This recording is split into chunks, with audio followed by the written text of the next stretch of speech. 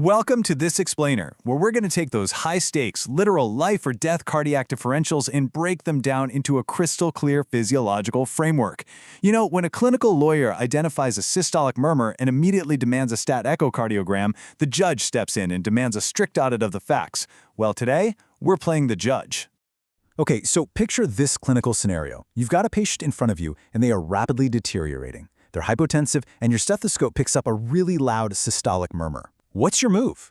Do you push fluids? Do you administer a beta blocker? Or do you bypass medications entirely and execute an immediate needle decompression? Listen, if you make the wrong choice based on a misunderstood murmur, the outcome is fatal. No pressure, right? Today, we're going to learn exactly how to parse out the physiological culprits so you don't make those fatal errors.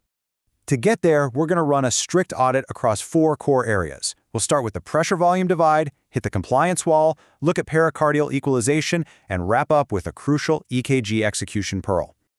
All right, let's jump right into part 1, the pressure-volume divide. We're looking closely at the aortic versus the mitral valve here. This right here brilliantly illustrates the tipping point between left ventricular afterload and preload adaptation. Think of aortic stenosis as a chronic pressure overload state. The ventricle is basically pushing against a brick wall, so the muscle bulks up. That's concentric hypertrophy. It's like the heart is doing heavy deadlifts every single beat. Because the stroke volume is restricted, you end up with a narrow pulse pressure and that classic pulsus parvis et tardus, those slow-rising, weak carotid pulses. On the flip side, mitral regurgitation is a volume overload state. Blood is constantly sloshing backward, so the ventricle dilates out. This eccentric hypertrophy gives you a totally different picture, featuring a really wide pulse pressure. Now, what's absolutely crucial is learning to separate vital clinical signals from purely distracting noise. When you're listening to that chest, radiation to the carotids is a massive, high-fidelity signal for aortic stenosis. Meanwhile, a hollow systolic murmur radiating out to the axilla, that's your flashing neon sign for mitral regurgitation. But you've got to beware of the noise. Have you heard of the Gulliver-Dawn phenomenon? It's this deceptive acoustic trick where the harsh murmur of aortic stenosis actually travels down and sounds almost musical at the cardiac apex. It mimics mitral regurgitation perfectly. If you chase that noise, you'll get the diagnosis completely wrong. And that leads us to what I call the dumb mistake. Let's say you misidentify that murmur. You think, hey, let's lower the pressure, and you prescribe aggressive vasodilators or ACE inhibitors to a patient with severe symptomatic aortic stenosis. Because their cardiac output is completely fixed by that calcified stiff valve, reducing their afterload too quickly literally pulls the rug right out from under their blood pressure. You cause a catastrophic drop in coronary perfusion pressure, and bam, sudden cardiac syncope. You just tanked your patient. The correct execution here isn't medical at all. It's mechanical. They need surgical or transcatheter valve replacement, period. Moving right along to section 2, the cardiomyopathy compliance wall. Here we shift to the diagnostic dividing line between HOCM and restrictive cardiomyopathies. Let's look at how these two conditions respond when we drop the preload.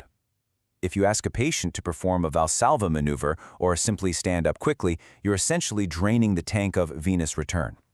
Now, in a restrictive, rigid heart like with amyloidosis, which famously gives that speckled appearance on an echo, less blood means less turbulence, so the murmur gets quieter. Makes sense, right? But in hypertrophic obstructive cardiomyopathy, or HOCM, decreasing the preload paradoxically makes the murmur significantly louder. Why on earth does that happen? To truly grasp this, we have to define dynamic obstruction. In HOCM, the ventricular septum is massively overgrown. When you decrease preload, say with that Valsalva maneuver we just talked about, the left ventricle becomes underfilled, so the walls are physically closer together. As the blood rushes out through this narrowed outflow tract at an incredibly high velocity, it creates a vacuum. It's the Bernoulli effect.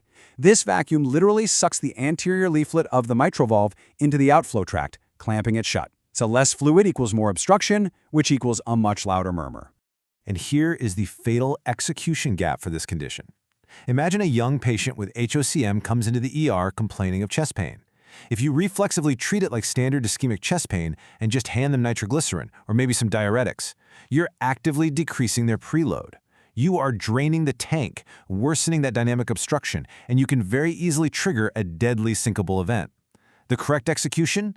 Use negative inotropes like beta blockers or verapamil. You want to slow the heart down, increase that diastolic filling time, and physically stretch that ventricle open with volume. Okay, on to section 3, pericardial pressure equalization. We are discerning the difference between tamponade and constrictive pericarditis. Look closely at that dark, anechoic band of fluid completely surrounding the heart. This is an acute pericardial effusion leading directly to tamponade. That fluid is physically crushing the heart from the outside in. Because the pressure inside that sac becomes higher than the pressure inside the right ventricle, the heart is essentially suffocating in its own casing. It's totally unable to expand during diastole to fill with blood. So tamponade is acute. You're going to see Beck's triad, hypotension, JVD, and muffled heart sounds, along with a pulsus paradoxus. That's a drop-in systolic blood pressure of more than 10 millimeters of mercury when they take a breath in. And if you look at the venous waveform, you'll see a blunted Y descent because the blood just can't dump into that crushed ventricle. Compare that to constrictive pericarditis, which is chronic. It's like a calcified eggshell tightly wrapped around the heart. With constriction, you get a Kussmaul sign and a prominent rapid Y descent. That rapid Y descent represents early diastolic filling that happens really fast right before the blood violently hits that rigid, scarred wall and suddenly stops. The absolute dumbest mistake you can make here? Waiting. Waiting for a cardiologist to stroll down and take official echocardiogram measurements while your patient is literally circling the drain. Cardiac tamponade is not an ultrasound diagnosis, folks. It is a clinical diagnosis of obstructive shock. If you have a patient who is hypotensive, has jugular venous distension, and perfectly clear lungs, which means the fluid is backing up into the neck, not the pulmonary system, you must execute immediate needle decompression. Tap that chest.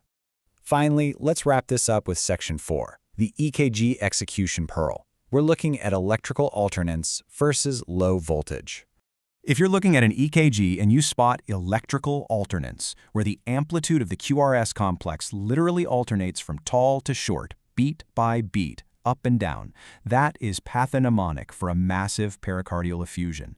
The heart is physically swinging back and forth like a pendulum inside that sac of fluid, moving closer to and further from the chest leads.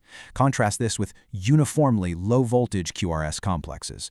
That's a much broader signal pointing towards infiltrative diseases like amyloidosis, myxedema from severe hypothyroidism, or honestly, sometimes just severe obesity. But if you see electrical alternance in a tachycardic patient with clear lungs, don't wait around. Immediately grab that ultrasound and get ready for a subxiphoid approach. So apply this high-stakes, dichotomous framework to your next patient encounter, or even your next board exam question. When the pressure is really on and a patient is crashing, remember the pressure-volume divide, remember the compliance wall, and keep those casing dynamics in mind. The next time you're faced with a chaotic clinical scenario, ask yourself, are you going to let the noise distract you, or will you cut right through it to execute the physiological truth? Thanks for hanging out with me for this explainer. Keep learning, keep running those clinical audits, and I'll see you next time.